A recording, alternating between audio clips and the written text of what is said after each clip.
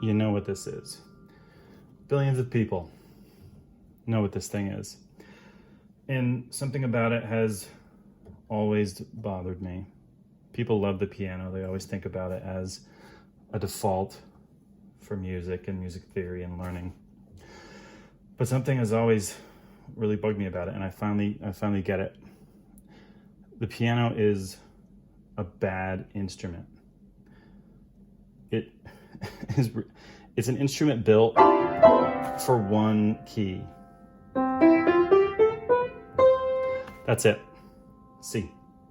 All the modes, of course, but it's built for one key. The piano was designed before we named all the tones. There's nothing wrong with the major scale. That's a physics thing.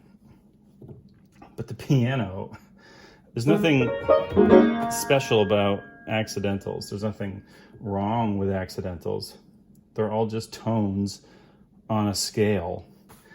And the way that everybody thinks about music is entirely relative to this poorly designed thing. It's wonderful, it's great, you can get good at it, but because it was built with this strange design where for some reason this one scale is special and the other scales are not, it makes it so hard to learn.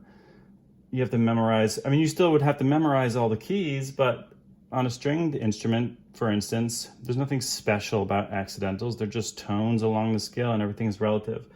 But on a piano, you need to memorize 12 different shapes. You don't have to do that on anything else. And the piano dominates. This is why we have accidentals. This is why they're sharps and flats, is because we've got this weird design. The entire history of modern music theory and our approach to learning and playing keys is because of this thing. If it wasn't built this way, I don't know enough about the history of why it was built this way. I know the design of the piano came before the naming of the tones, but I think music would be far more accessible. Instruments would be far more accessible if we weren't stuck, if we weren't tied to this accidental monarchy, pun intended. I still love the piano, but I'm so happy.